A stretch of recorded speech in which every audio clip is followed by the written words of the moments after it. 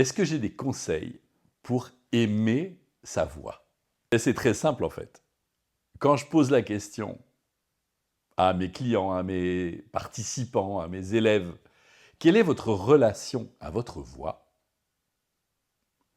En général, j'ai un regard complètement perdu. Ma quoi? Ma relation à ma voix? Ben, j'en sais rien, moi j'ai jamais pensé à ça. Et quand je pose la deuxième question, pire, et comment vous vous sentez? Comment vous ressentez le fait d'entendre votre voix dans un enregistrement? Alors là, ça ne coupe pas. C'est l'horreur. Pour une immense majorité des gens, je dirais, allez, 90-95% des gens détestent leur voix. Je vous donne juste le panel des réponses que j'entends le plus fréquemment. D'abord, c'est pas moi. Ensuite, je me reconnais pas. Ensuite, c'est horrible. Et puis alors, on monte comme ça en crescendo de ce que j'entends comme réponse, qui moi m'hallucine. Donc, c'est pas moi, je me reconnais pas. C'est horrible, je déteste, c'est dégoûtant.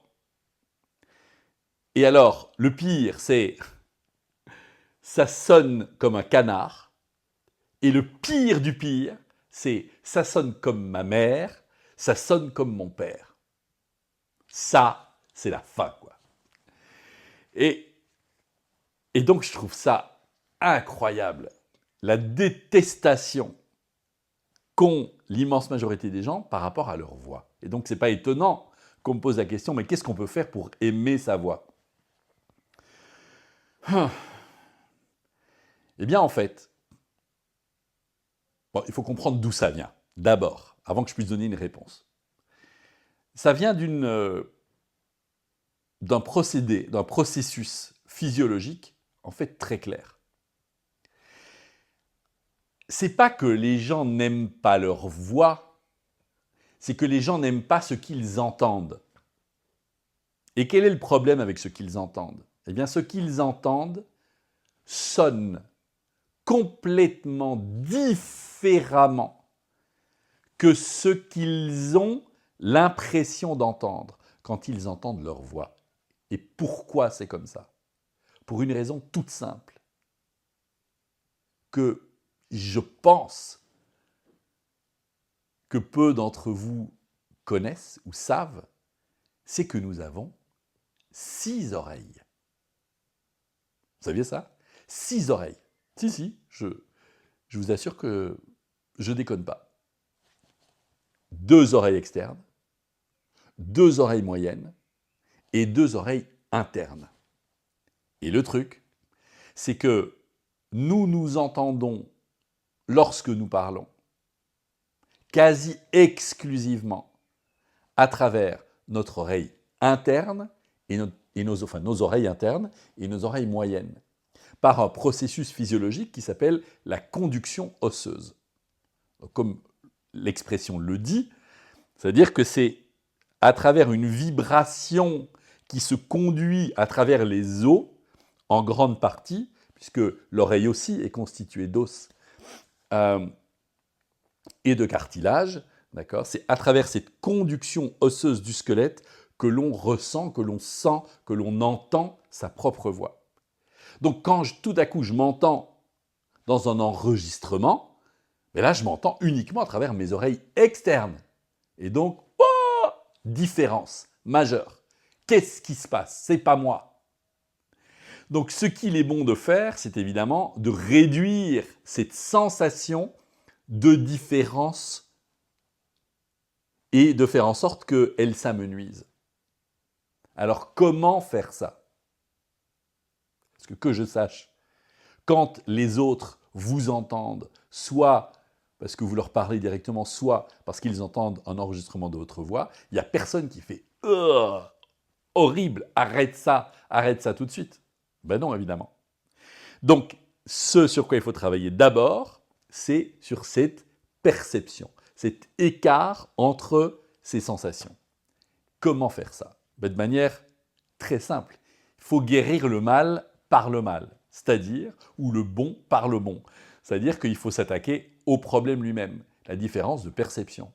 Il faut donc passer du temps avec sa voix. Comment faire ça? C'est simple. Eh bien justement, enregistrez-vous. Je m'enregistre, je m'entends. Je m'enregistre, je m'écoute. Donc c'est plus que de l'entente, c'est carrément de l'écoute, et de l'écoute active. J'écoute ce son, encore et encore.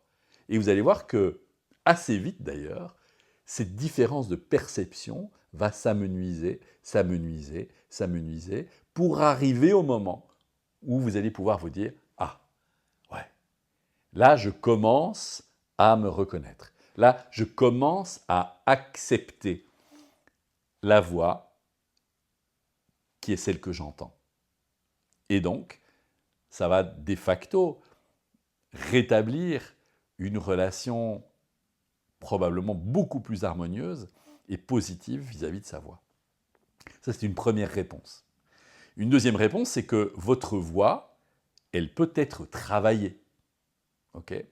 Vous pouvez vraiment travailler votre instrument vocal comme un instrument de musique, mais donc c'est notre instrument par excellence, je dirais que c'est notre instrument d'expression par excellence. D'ailleurs, une immense majorité d'instruments de musique ont été réalisés pour reproduire, d'une manière ou d'une autre, le plus bel instrument de tous, la voix humaine.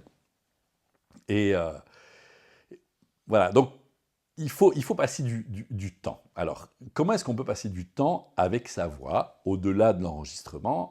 Eh bien, c'est donc d'émettre des sons et de travailler sur ce qu'on appelle les résonateurs. Donc, c'est de rendre votre voix plus résonante, plus vibrante. Parce qu'en fait, bien souvent, vous savez ou pas qu'on a plus de 165 muscles qui participent à ce qu'on appelle le geste vocal. D'accord. Donc plus de 165 muscles participent au geste vocal, au fait d'émettre un son. Et comme n'importe quel muscle qui n'est pas travaillé en conscience ou qui n'est pas utilisé fréquemment, eh bien, en conscience j'entends, eh bien ces muscles sont soit abandonnés, atrophiés, ou alors hyper tendus. Et donc, quand on est dans l'hyper, que ce soit un hyper nul ou un hyper trop, c'est jamais positif, c'est jamais bon, c'est jamais sain. Donc, ce qu'il va falloir faire, c'est d'apprendre à utiliser la musculature pour ouvrir des espaces, réouvrir en fait des espaces de résonance, des caisses de résonance, qu'on appelle dans le corps humain des résonateurs, puisqu'on a souvent ces muscles qui sont affaissés, qui ont diminué l'espace propice pour que le son puisse vibrer et résonner, eh bien, ce qu'il va falloir faire, c'est de repousser les parois, c'est de repousser les murs pour redonner de l'espace à la voix qui va sonner et résonner naturellement. Alors comment faire ça? Il y a évidemment 1000 techniques passionnantes que je ne vais pas pouvoir vous donner là comme ça maintenant en 2 coups de cuillère à peau parce que je ne veux pas vous vendre un chat dans un sac, enfin c'est absolument pas ça l'idée, c'est de la vraie technique et ça se travaille.